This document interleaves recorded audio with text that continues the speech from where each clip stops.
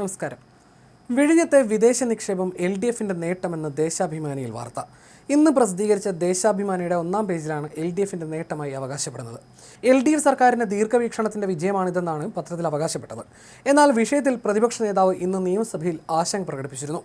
പ്രതിപക്ഷ നേതാവ് ആശങ്ക പ്രകടിപ്പിച്ചതിന് പിന്നാലെ ദേശാഭിമാനി വെബ്സൈറ്റിൽ നിന്ന് ഈ വാർത്ത നീക്കി. അദാനി പോർട്സിന് കീഴിലെ അദാനി വിഴിഞ്ഞം പോർട്ട് പ്രൈവറ്റ് ലിമിറ്റഡിൻ്റെ 49% ഓഹരികൾ യൂറോപ്യൻ ഷിപ്പിംഗ് ഭീമനായ മെഡിറ്ററേനിയൻ ഷിപ്പിംഗ് കമ്പനിക്ക് കൈമാറാൻ തീരുമാനമെടുത്തിരുന്നു. ഇക്കാര്യത്തിലാണ് പ്രതിപക്ഷം നിയമസഭയിൽ ആശങ്ക പ്രകടിപ്പിച്ചത്. ഒറ്റ കമ്പനിയിലേക്ക് എല്ലാം കേന്ദ്രീകരിക്കപ്പെടുന്നതോടെ വികസന സാധ്യത ഇല്ലാതാകുമെന്ന് പ്രതിപക്ഷ നേതാവ് പിണറായി വിജയൻ നിയമസഭയിൽ പറഞ്ഞു. കൺസെഷണൽ എഗ്രിമെന്റ് പ്രകാരം കേരള സർക്കാരിന്റെ അനുമതിയോടെ മാത്രമേ ഓഹരി വിൽക്കാനും കരാർ വ്യവസ്ഥയിൽ മാറ്റമുണ്ടാക്കുന്ന തരത്തിൽ ഉടമസ്ഥതയിൽ വ്യതിയാനം വരുത്താനും സാധിക്കുകയുള്ളൂ. 25% കൂടുതൽ ഓഹരി വിൽക്കുന്നത് ഉടമസ്ഥാവകാശം മാറിയതായിട്ടാണ് കണക്കാക്കുക. ഇതിൽ സർക്കാർ വ്യക്തത വരുത്തണമെന്ന് പ്രതിപക്ഷ നേതാവ് ആവശ്യപ്പെട്ടിരുന്നു. തുറമുഖം ഒരു കമ്പനിയുടെ നിയന്ത്രണത്തിലാകുമ്പോൾ നാട്ടിലെ കയറ്റുമതിക്കാർക്ക് ആ നിശ്ചിത കമ്പനിയുടെ കണ്ടെയ്നറുകളിലും കപ്പലുകളിലും മാത്രമേ ചരക്ക് ബുക്ക് ചെയ്യാൻ സാധിക്കൂ എന്ന സാഹചര്യം വരുമെന്നും പ്രതിപക്ഷ നേതാവ് ചൂണ്ടിക്കാട്ടി. വിഴിഞ്ഞം തുറമുഖത്തിന്റെ ഓഹരി കൈമാറ്റം ഇന്ന് നിയമസഭയിൽ ചർച്ചയായിരുന്നു. പ്രതിപക്ഷത്ത് നിന്ന് സേവ്യർ ചിറ്റലപ്പള്ളിയായിരുന്നു വിഷയം നിയമസഭയിൽ ഉന്നയിച്ചത്.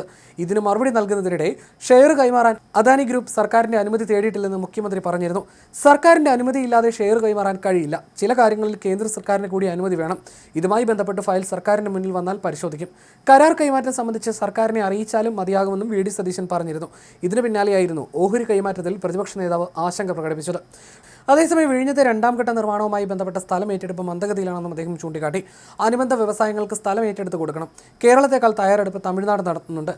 വിഴിഞ്ഞത്തെ രണ്ടാം ഘട്ട നിർമ്മാണവുമായി ബന്ധപ്പെട്ട സ്ഥലം ഏറ്റെടുപ്പ് മന്ദഗതിയിലായിരുന്നുവെന്ന് മുഖ്യമന്ത്രി ചൂണ്ടിക്കാട്ടി. അനുബന്ധ വ്യവസായങ്ങൾക്ക് സ്ഥലം ഏറ്റെടുത്ത് കൊടുക്കണം. കേരളത്തെക്കാൾ തയ്യാറെടുപ്പ് തമിഴ്നാട് നടത്തുന്നുണ്ട്. വിഴിഞ്ഞത്തിന്റെ ഗുണഭോക്താവാകാൻ നല്ല രീതിയിലുള്ള ശ്രമം തമിഴ്നാട് നടത്തുന്നുണ്ട്. കഴിഞ്ഞ 5 വർഷവും സംസ്ഥാനത്തിന്റെ ഭാഗത്തു നിന്നുള്ള പ്രവർത്തനം മന്ദഗതിയിലായിരുന്നു. ഇങ്ങനെയാണെങ്കിൽ വിഴിഞ്ഞത്ത് ഒരു ഗേറ്റ്വേ മാത്രമായിരിക്കും അവശേഷിക്കുക. ഈ സർക്കാർ വന്നതിന് ശേഷം നടപടികൾ വേഗത്തിലാക്കിയെന്നും സതീശൻ അവകാശപ്പെട്ടു. വിഴിഞ്ഞം തുറമുഖത്തിന്റെ ഓഹരിയിൽ 26% മുകളിൽ വിൽപ്പന നടത്തരുതെന്നുള്ളത് പ്രതിപക്ഷ നേതാവ് ചൂണ്ടിക്കാട്ടിയിരുന്നു. പഹൽഗാം അടക്കമുള്ള സംഭവങ്ങളുടെ പശ്ചാത്തലത്തിൽ അതീവ സുരക്ഷയുള്ള സ്ഥലമായിട്ടാണ് കേന്ദ്ര സർക്കാർ വിഴിഞ്ഞത്തെ കണ്ടത്. വിഴിഞ്ഞത്തിൽ മോണോപ്പൊളി വരുന്നത് നല്ലതല്ല. പോർട്ട് കേന്ദ്രീകരിച്ചുള്ള വികസന പ്രവർത്തനങ്ങളെ അത് ബാധിക്കും. എല്ലാ കമ്പനികളുടെയും കപ്പലെത്തുന്ന കാര്യത്തിൽ തടസ്സമുണ്ടാകാനും സാധ്യതയുണ്ട്. MSC എന്ന ഒറ്റ കപ്പൽ കമ്പനിയിലേക്ക് എല്ലാം ചുരുങ്ങാൻ സാധ്യതയുണ്ട്. നമുക്ക് കിട്ടേണ്ട വരുമാനത്തിൽ കുറവുണ്ടാകുമെന്നും പിണറായി വിജയൻ ചൂണ്ടിക്കാട്ടി. പ്രതിപക്ഷ നേതാവിന്റെ ആശങ്ക മുഖ്യമന്ത്രി ശരിവെച്ചു. 5 കാര്യങ്ങൾ പരിഗണിച്ച് മാത്രമേ വിഴിഞ്ഞത് എന്ത് നീക്കവും ഉണ്ടാകുമെന്ന് മുഖ്യമന്ത്രി ഉറപ്പ് നൽകി. ദേശീയ സുരക്ഷ ഉറപ്പാക്കൽ, പൊതു താൽപര്യം സംരക്ഷിക്കൽ, നല്ല മത്സര സാധ്യത ഉറപ്പാക്കൽ, നിക്ഷേപങ്ങൾ പ്രോത്സാഹിപ്പിക്കൽ, ദീർഘവീക്ഷണത്തോടെ വികസനങ്ങൾ നടപ്പാക്കൽ തുടങ്ങി 5 കാര്യങ്ങൾ പരിഗണിക്കുമെന്നാണ് മുഖ്യമന്ത്രി വ്യക്തമാക്കിയത്. അതേസമയം MSC ഷെയർ കൈമാറുന്നത് സംബന്ധിച്ച് അദാനി ഗ്രൂപ്പ് സർക്കാരിൻ്റെ അനുമതി തേടും. കേന്ദ്ര സംസ്ഥാന സർക്കാരുകളുടെ അനുമതിയാകും തേടുക. സെബിയുടെ അനുമതി കിട്ടിയതിനെ തുടർന്നാണ് അദാനി ഗ്രൂപ്പിന്റെ നീക്കം. അദാനി ഗ്രൂപ്പിന്റെ ഉപസ്ഥാപനമായ അദാനി പോർട്സിന് കീഴിലെ അദാനി വിഴിഞ്ഞം പോർട്ട് പ്രൈവറ്റ് ലിമിറ്റഡിന്റെ 49% ഓഹരികൾ MSCക്ക് കൈമാറുമെന്നതായിരുന്നു വാർത്ത.